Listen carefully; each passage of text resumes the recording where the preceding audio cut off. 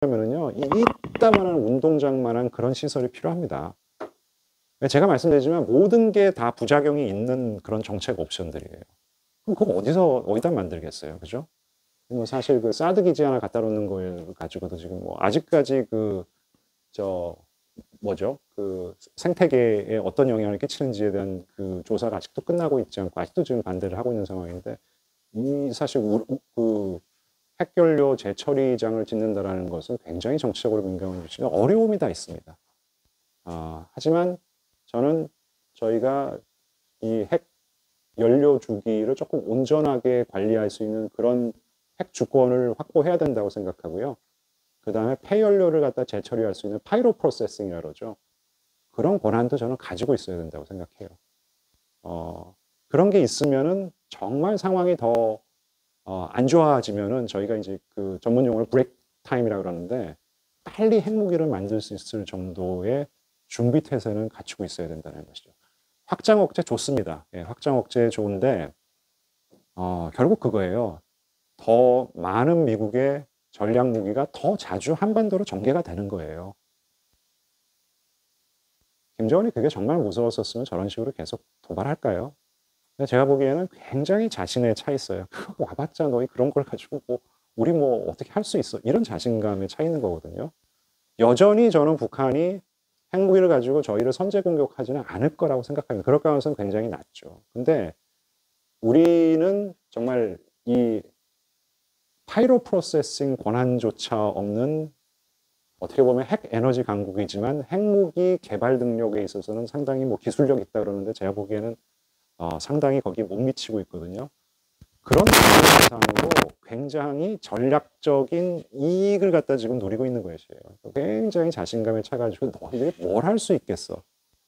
그냥 그런 어떤 전략적인 이익을 저희가 부정할 수 있어야 된다고 저는 생각합니다. 그래서 저는 어느 정도의 핵 무기 개발 태세는 저희가 구비를 해야 된다라고 말씀을 드리고 싶고요.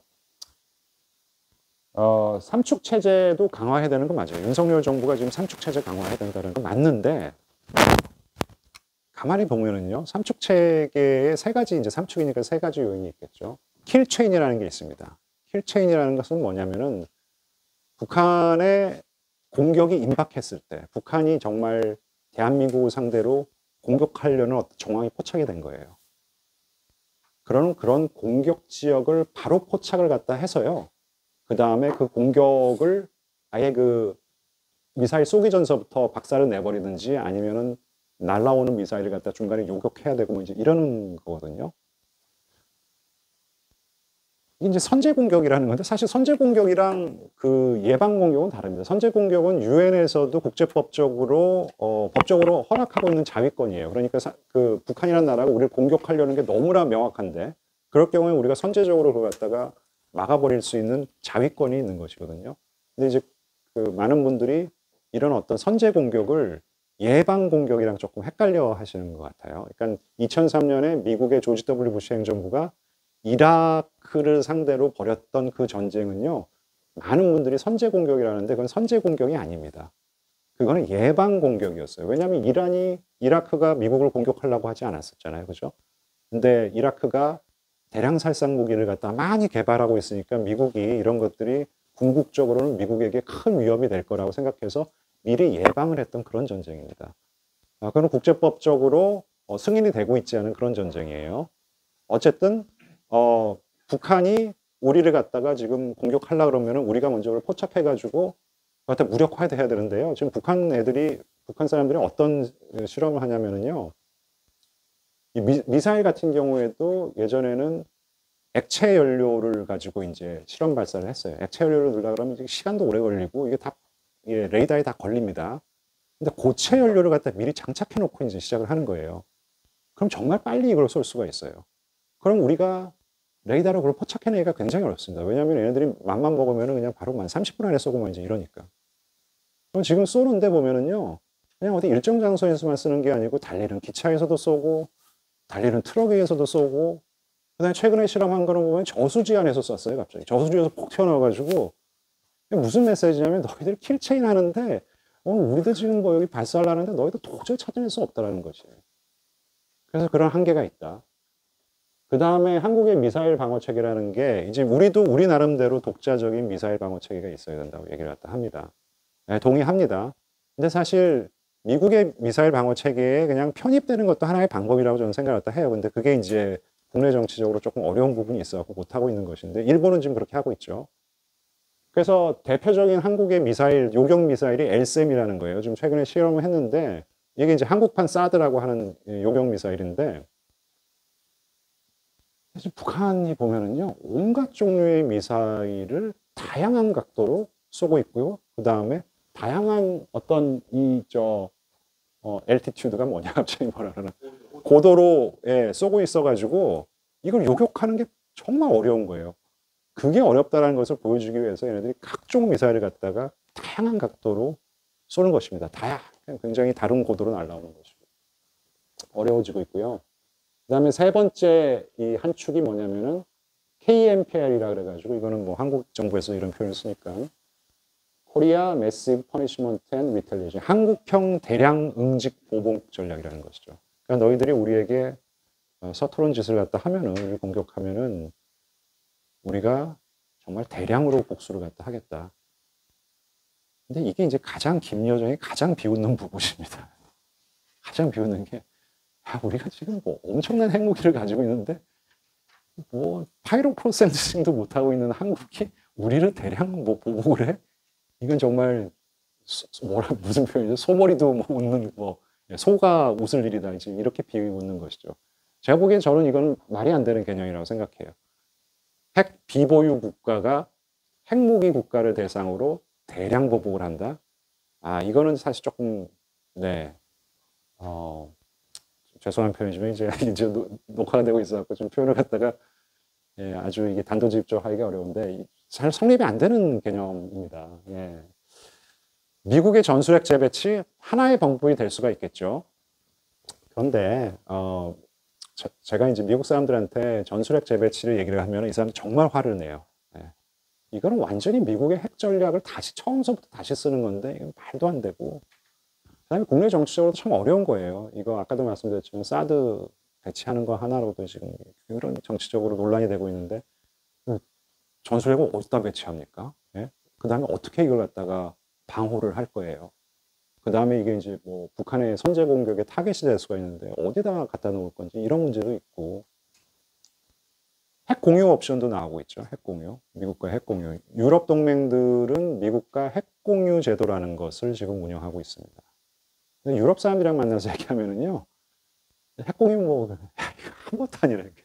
그냥 같이 훈련 좀 하고, 그 다음에 이제 모여가지고 노냐고 그러는데, 전적으로 핵을 갖다 사용한 것은 미국의 결정이라는 것이죠. 예.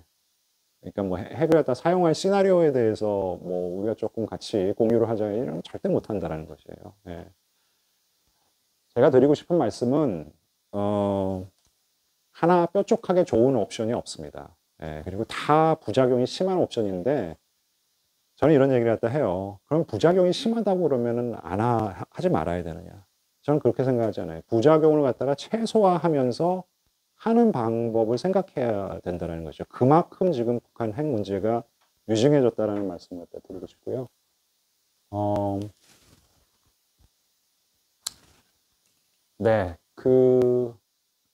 이건 약간 좀 경제정책인데, 저는 기본적으로 윤석열 정부가 한미동맹 강화하고 그 다음에 한미동맹을 포괄적인 전략동맹으로 가는 거 맞다고 생각합니다. 예. 근데 이 미국의 공급망 재편 정책을 보면은요, 결국은 중국이 규칙대로 지금 플레이를 하지 않기 때문에 우리가 중국을 갖다 완전히 쫓아내고 그 다음에 미국과 그 다음에 미국이 믿는 국가들 위주로 공급망을 재편해야겠다. 전기차 배터리, 그 다음에 반도체 공급망 그렇게 재편해야겠다라는 걸 해갖고 우리가 이제 덥석 참여를 했어요. 근데 이렇게 그러고 보니까요, 미국이 주도하고 있는 글로벌 공급망 재편 정책에는 규칙이 하나도 없어요. 예. 그냥 미국 우선주의만 있다는 것이죠. 그렇게 느끼는 게 한국뿐만 아니라 일본도 그렇게 느끼고 있고 유럽 동맹들은 더 화가 나 있습니다. 그래서 지금 유럽의 프랑스의 대통령 갑자기 이름이 생각이 안 나요. 임마누엘 마크롱이 지금 미국 가잖아요. 바이든한테 그거 강력하게 항의하겠다고 지금 하고 있는 상황인데 저는 이런 동맹들이 좀 협력을 강화해가지고 미국에게 할 얘기는 해야 된다고 생각했다 합니다. 예. 이게 저희 한미동맹의 구호가 같이 갑시다 아닙니까? 예.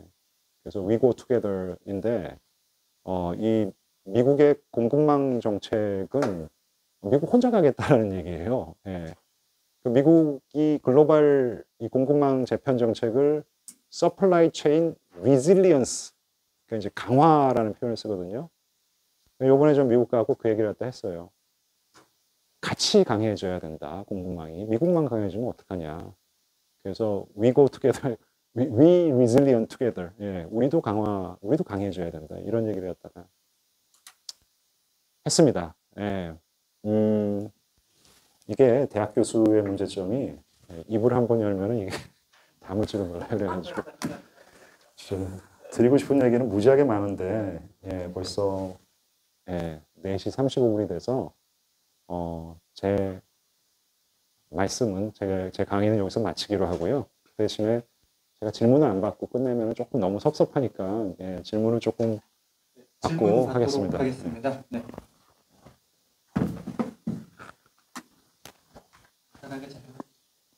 네, 안녕하세요. 저는 광주대학교의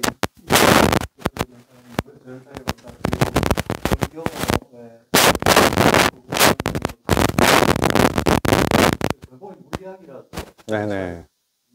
이쪽 분야 전문적이진 않은데 저는 그 브래튼 무드 시스템에서 이라는 체제가 단한 번에 그것이 바로 한국 전쟁에서 였다고 생각하고 그 뒤로는 이게 작동했다고 생각합니다. 네네. 조금은 더 했겠지만 그러나 그 원인이 뭐냐면 바로 이제 한국의 두 나라, 이 러시아하고 차이나가 있기 때문에 그렇다고 저는 생각을 합니다. 그래서 지금 뭐 여러 가지 이야기했지만 저는 이 두 나라를 어떻게든지 상임위에서 만들어 축출하고 다른 나라로 대체할 수 있다면은 이게 유엔이 제대로 작동을 할 수 있지 않을까 이런 생각을 하거든요. 이제 그래서 그렇기 위해서는 이제 그 두 나라 중에 하나 먼저 하나씩 이제 각기 전투로 이제 해야 될 것 같은데 그 중에 하나가 이제 러시아가 바로 지금 저기 우크라이나가 침략하고 있으니까 그걸 갖다 빌미로 해가지고 러시아를 먼저 이제 축적하도록 하는데 대신 그러면 누구를 넣겠느냐?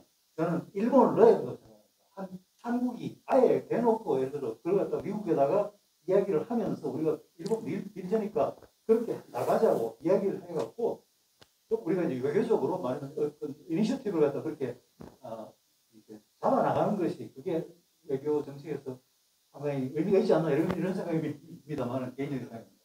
어떻게 생각하십니까? 네, 일단 모든 어떤 정책 아이디어를 실행에 옮기려면은 약간 조금 현실성이 좀 있어야 된다고 생각을 합니다. 국내 정치적으로나 국제 정치적으로나 그게 조금 받아들여져야 된다고 생각을 하는데 사실 유엔 안보리를 개혁해야 된다라는 목소리는 예전서부터 많이 나왔고요. 어떻게 개혁할 것인지에 대한 좋은 논문도 많이 나왔어요. 지금 교수님 말씀하신 게 타당하다고 생각합니다. 러시아 그리고 중국조차도 저는 유엔 안전보장 이상의 상임이사국의 자격이 저는 더 이상 없다고 생각을 하거든요. 근데 러시아를 축출한다라는 것은 일단 러시아가 핵 보유국이잖아요. 지금 예측은 반반인 것 같아요. 우크라이나를 상대로 핵을 쓸 수 있다는 사람이 반, 그렇지 않다는 사람이 반인데 저는 여전히 쓰기는 조금 어렵다라는 쪽이고요. 왜냐하면 전략적으로 얻을 수 있는 이익이 별로 없거든요. 그냥 상대방을 보복하는 것입니다. 그러니까 우크라이나 사람들을 더 힘들게 만드는 것이에요. 그러니까 피해를 더 많이 주는 것이죠. 그걸로는 전쟁을 이길 수는 없는 것이거든요. 그냥 근데 너무 이제 화가 나고 그러면은 쓸 수는 있는데 그래서 어쨌든 간에 러시아가 핵무기를 사용할 수 있는 이 정도의 가능성이 있는 상황에서 이 나라를 강제적으로 촉출한다라는 것은 조금 그 부정적인 측면이 조금 더 강할 수가 있기 때문에 발상은 정말 저도 공감을 하지만은 실질적으로 실행에 옮기기는 조금 어렵지 않을까. 그래서 어떤 안전보장 이사회가 말씀하신 대로 그 한국전 때 한번 이 다국적군을 연합하는데 한번 성공했지만 그 다음에 성공을 못했기 때문에 이제 미국이라든지 다른 나라가 이 국제정치에서 쓰는 like-minded country라고 해가지고 마음이 맞는 국가들끼리 연합군을 만들어가지고 그 다음에 이제 그렇게 개입을 갖다 하는 거거든요. 그게 1991년도 1차 걸프 전쟁이었었죠. 그리고 지금도 어떻게 보면은 미국이 주도해서 마음이 맞는 국가들, 주로 유럽 국가들, 그 다음에 일본, 한국도 마찬가지입니다. 지금 어떤 제재 동참을 갖다 하고 있는 것이고. 근데 지금 한국이 좀 앞장서서 뭐 일본을 대신 유엔 안전보장이사회 상임국으로 조금 지지를 하고 그렇게, 그러니까 그것도 이제 국내 정치적으로 굉장히 조금 어려운 부분이 있는 것이죠. 사실 뭐 국제사회의 영향력으로 따지면 저는 한국이 그 정도, 저는 모르겠어요. 그러니까 제가 해외 출장을 갖다 하도 많이 다녀서 그럴지 모르겠는데 저희 국가의 위상이라는 것이 정말 저희가 생각하는 것보다 높다라는 생각을 갖다 많이 합니다. 제가 중앙아시아 특히 이제 출장을 갖다 많이 다니는데 거기 가면 한국은 영웅이에요, 거의. 예. 이 정치 발전과 경제 발전을 이렇게 압축적으로 성공해낸 국가는 한국이고 어떻게 하면 한국처럼 될 수가 있냐. 그 다음에 이제 K-팝이나 K-드라마로 대표되는 어떤 한류의 영향력도 무시 못하고요. 제가 이렇게 다녀도 여학생들이 이렇게 좀 쫓아와요. 이제 딱 보면 왜 그러냐 그러면 한국 사람이죠, 그럼 되게 기분 좋죠. 네, 그럼 왜 나를 쫓아왔나 싶으면 나중에 한국 들어가고 BTS 사인 받아줄 수 있으면 이래가지고 쫓아다니는 건데. 예, 그래서 조금 더 자신 있게 발언을 하는 것은 중요한데, 근데 그렇다고 이제 일본이 상임이사국이 되는 것을 우리가 공식적으로 지지한다. 이거는 사실 국내 정치적으로 불가능하잖아요. 그죠? 저는 그래서 외교 정책에도 조금 정부적인 판단이 따라야 된다고 저는 생각을 합니다. 네. 시간이 많지 아, 않아서 그래요? 네네네. 제가 질문 하나만 드리겠습니다.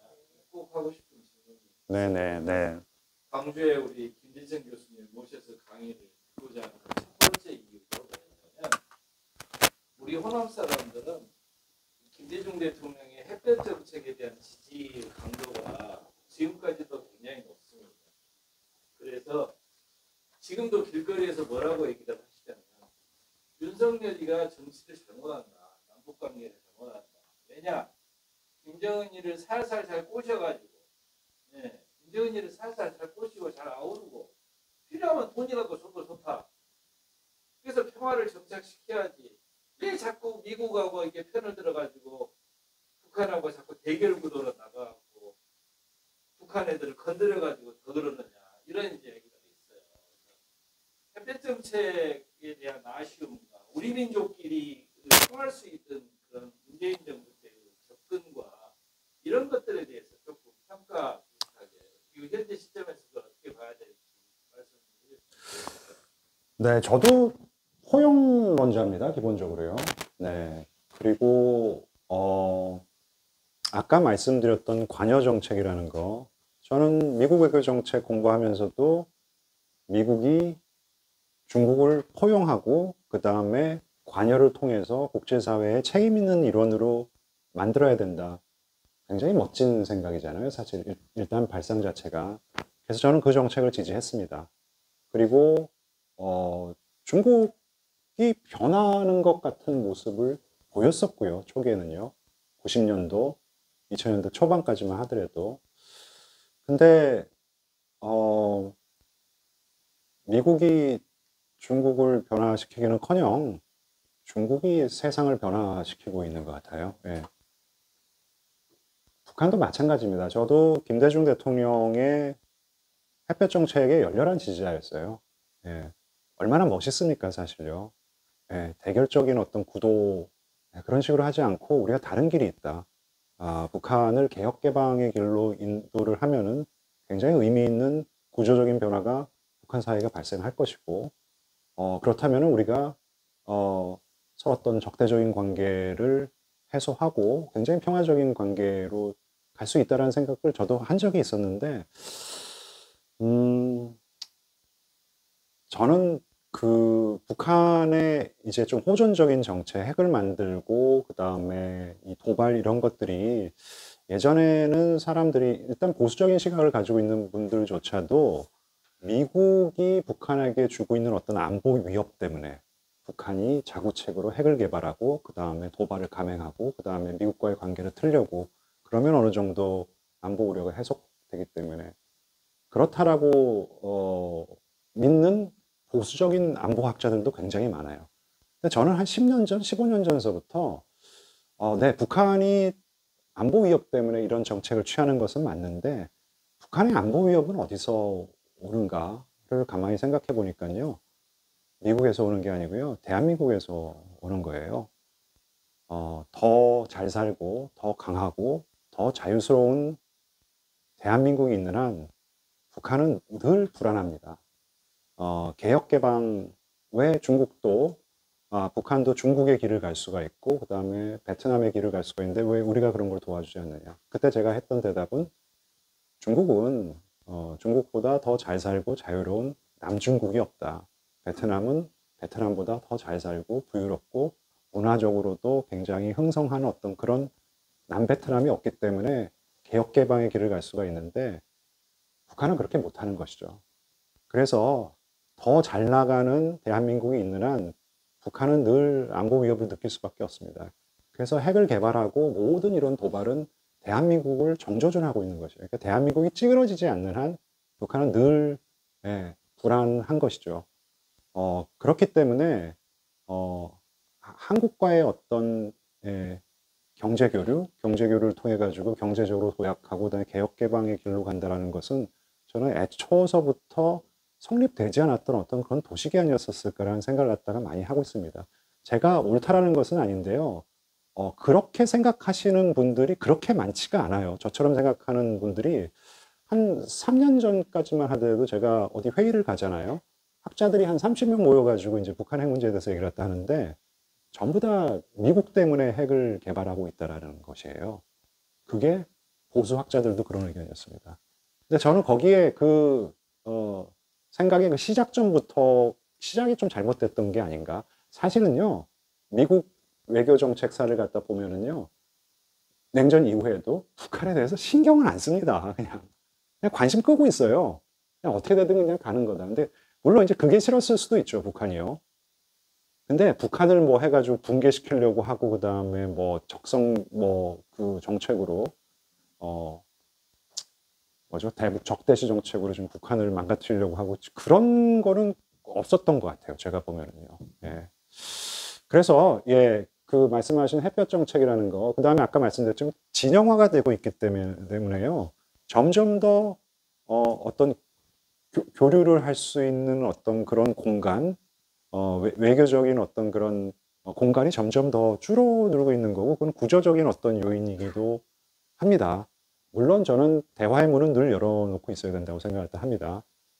그리고 지금 좀 하나 안타까운 게 남북 사이에 지금 어떤 에스컬레이션이라고 그러죠. 에스컬레이션 메커니즘은 굉장히 많은데 디에스컬레이션, 그러니까 이런 어떤 위기를 갖다가 조금씩 차츰 디에스컬레이션이다 뭐라 그러나 갑자기 예? 완화하는 그런 메커니즘은 하나도 없는 거예요. 그리고 지금 남북 사이에 핫라인도 없고 이런 거 굉장히 우려되는 부분이 있거든요. 그래서 그런 거는 복구하고 대화를 모색하되 그걸로 뭔가 문제가 해결되는 것을 바라는 것은 지금 상황에서는 연목고이기 때문에 우리도 할 거는 좀 해놓고 저는요 지난 정부에서도 느끼는 것인데 어떤 규범을 지키는 거 굉장히 중요합니다. 근데 동북아에서 이렇게 보면은요 규범을 지키는 애들은 하나도 없어요. 굉장히 안 좋은 동네에서 깡패들만 지금 이렇게 있는데 우리만 모범생 하고 있는 거예요. 그냥 9시에 자고 자라 그러니까 엄마 아빠가 이거 아니죠. 그러니까 9시 좀 넘겨가지고 몰래 밤에서 뭘 더 해야 되고요. 그런 상황이라고 생각을 합니다. 그래서 지금 여태까지 안 해봤던 것도 그냥 이런 것 때문에 못해 저런 것 때문에 못해 이러지 말고 그런 것들을 갖다 최소화하면서 저희의 안보를 갖다가 조금 더 굳건히 하는 게 굉장히 시급한 상황이라고 제가 북한의 정책을 갖다 연구하면 할수록 그다음에 국제관계를 연구하면 할수록 한미동맹 정말 중요하지만 우리가 정말 자강해야겠구나. 경제고 안보고 뭐든지 자강을 갖다 하지 않으면은 굉장히 어려운 상황에 처할 수도 있겠다는 생각을 갖다가 많이 하고 있습니다. 네, 감사합니다. 네. 이제 마지막으로 진짜 마지막으로 질문 짧게 하나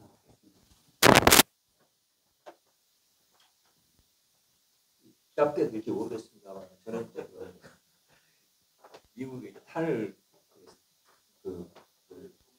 동조화 이야기도 한번 듣고 있으면은 네네. 약간 좀 뻥카 아닌가 생각이 드는데 이제 가령 피터 자이언 같은 경우 책을 보고 있으면은 네네. 그게 가능하다고 이야기하는 게 그 공급 측면에서 네. 미국에 필요한 자원은 전부 미국에 있다. 그 중에 네. 하나가 셰일가스 이야기도 하고 있어요. 네네네네. 미국의 자본주의라는 게 공급 측면이 아니라 수요 측면에도 있어야 유지가 되는 거죠. 가령 네네네네. 트럼프의 그 중국과의 탈동조, 네네네네. 빅테크 기업들은 네네. 사실 속으로 굉장히 싫어했던 거예요. 필요하죠. 지금도. 네. 근데 그게 가능하겠는가? 네네. 그러니까 미국만의 어떤 자원으로 충분히 그 자족이 가능하다 해도 동적으로는 이 미국의 현재 그 거대한 자본주의 국가인데 네네네. 그 수요 측면에서 딴 네. 시장이 없는 네네네. 그게 가능하겠는가? 그리고 네. 저는 이게 그 말 그대로 우리 한국 같은 동맹 국가들 있지 않습니까? 네네네. 좀 더 유리한 조건으로 털어먹기 위해서 나오는 똑같은 거 아닌가 생각을 해볼 수 예, 있거든요. 예. 이 부분에서 어떻게 생각하시냐 한번 들어보고 지금 굉장히 좋은 지적해 그 주셨는데요. 하나만 더 드리겠습니다. 네네. 중국 이제 북한화가 되고 있다고 그러셨는데 네네. 물론 이제 표면적으로는 비슷한 것도 있지만 네네네.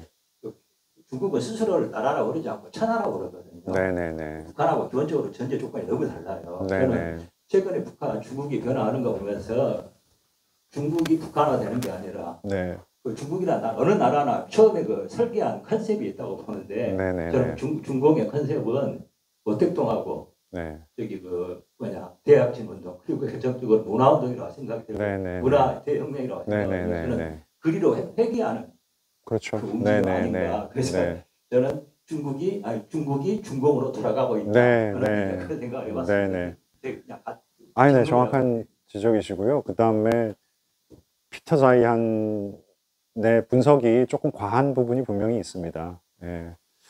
미국이 뻥카라는 표현 써도 되는 거였으니까, 강의를 더 재밌게 할 수가 있었는데, 녹화가 되는 것 같아가지고, 예, 제가 그런 표현을 못 썼는데, 트럼프가 뻥카를 좀 쳤죠. 예, 트럼프 당시에는요, 그 당시에 키스 크락이라는 외교부, 그러니까 국무성이죠. 국무부, 디파트먼트 오브 스테이트의 부장관. 그 미국에는 이제 장관 다음에 차관이 아니고요. 부장관이 있습니다. 키스 크락이라고 이제 경제 외교를 담당하는 부장관이 한국에 왔었을 때 EPN이라는 거를 들고 왔어요. 이제 Economic Prosperity Network이라고 경제 부흥 네트워크 거기를 한번 보면은요. 중국과 전면적인 디커플링을 한다라는 거예요. 정말 A서부터 Z까지. 예. 한국 사람들 되게 싫어했어요. 그리고 저도 이건 말도 안 된다라고 그때 이제 그 양반을 만난 건 아니었지만 그 전에 무슨 회의가 있어가지고 그걸 들고 일본을 갔는데요. 일본에서는 난리 났어요. 그러니까 우리 보고 중국이랑 전면적인 탈동조화, 그러니까 미국 우리도 할 거니까 너희도 해라는 거였거든요. 일본도 하라고 그런 거였고, 일본 같은 경우에는 그래도 미국 사람들 말 굉장히 잘 들었잖아요. 트럼프 행정부 당시에. 일본도 그냥 뒤로 넘어져가지고 우리 못하겠다고 얘기를 갖다 했습니다. 그런 측면에서는 뻥카였죠. 어떻게 보면요. 왜냐면은요, 전면적인 디카플링은 불가능해요. 말씀하셨지만 미국의 비즈니스 커뮤니티의 로비가 워낙 강하기 때문에 애플도 끝까지 버텼습니다. 근데 이제 중국에서 공장 빼겠다고 최근에 결국 좀 항복한 부분이 있어요. 왜냐하면 애플의 사업이라는 게 전부 다 ICT 관련된 사업이기 때문에. 그래서 제가 말씀드린 겁니다. 이번에 그 바이든이랑 그 시진핑이 발리에서 만났잖아요. 그래가지고 대북 정책으로 서로 이제 기싸움하고, 그 다음에 서로 이제 레드라인 확인한다 그래가지고 대만 정책을 놓고 또 기싸움하고 그랬는데, 그러고 나가지고 지금 통상 협의체가 가동이 되고 있어요. 그 얘기는 뭐냐면은요, 이게 이제 트럼프가 너무나 과도하게 관세를 매겨버리니까 근데 어차피 중국 물건을 사서 써야 되거든요, 미국 사람들은요. 근데 이게 너무나 비싸진 거예요, 지금요. 관세가 너무 높아지니까. 그러니까 이게 지금 미국의 인플레이션 때문에 난리인데, 인플레이션의 하나의 요인으로 작용하고 있다는 인식이 발생한 거예요. 그래서 조금 통상할 것들은 이제 뭐 더 협의해서 조금 더 원활한 관계를 갖다가 맺어가자라는 것이죠. 그러니까 우리나라도 좀 그럴 수 있어야 된다고 생각해요, 저는요. 중국이랑 해야 되는 걸 해야 됩니다. 근데 굵직굵직한 거, 그러니까 국가 안보와 관련돼 있는 것들은요, 조금 탈동조화를 할 수밖에 없다고 생각했다 하고, 그 다음에 그런 측면에서 미국의 공급망 재편 정책에 저희가 기본적으로 참여하는 것은 맞다고 생각했다 해요. 근데 미국이 제멋대로 할 경우에는 그렇게 그냥 내버려둬서는 안 되는 것이죠. 저희도 다른 동맹 국가들과, 미국의 다른 동맹 국가들과 연대를 해서 우리의 얘기는 할 수 있어야 된다고 생각했다 합니다. 그리고 중국 같은 경우는 그게 중공이 저는 북한화라고 이렇게 조금 제가 과장해서 얘기를 했다 한 것이죠. 단순하게. 예, 근데 사실 그 문화혁명, 그 다음에 이제 그런 것을 보고 등소평이 이건 안 되겠다 싶어가지고 1978년에 엄청난 결정을 내린 거예요. 이제 그러고 나가지고 사실 지난번 그게 언제였습니까? 겨울 베이징 올림픽 말고 여름에 베이징 올림픽 했었을 때는 그때만 해도 개혁 개방이 대세였어요. 그래가지고 조지 W 부시가 직접 베이징에 가가지고 그때 개막식 보고 막 그랬잖아요. 이렇게 멋있는 건 처음 봤다. 찬사였어요. 근데 불과 몇 년 후에 베이징에서 열린 동계올림픽은 그 분위기와는 정반대였죠. 물론 코비드 락다운도 있었지만 완전히 문 걸어 잠그는 중국을 갖다 보게 된 것이죠. 걸어 잠그고 이러는 측면에서 북한과 이제 저는 좀 유사성을 갖다 많이 봐서 중국의 북한화라는 표현을 썼던 것 같습니다. 네, 감사합니다. 네, 강의 여기서 마무리하고요. 이렇게 수준 높은 강의를 진행해 주신 김재철 교수님께 박수 한번 부탁드립니다. 감사합니다. 그리고 저희 다 사진 찍고 가셔야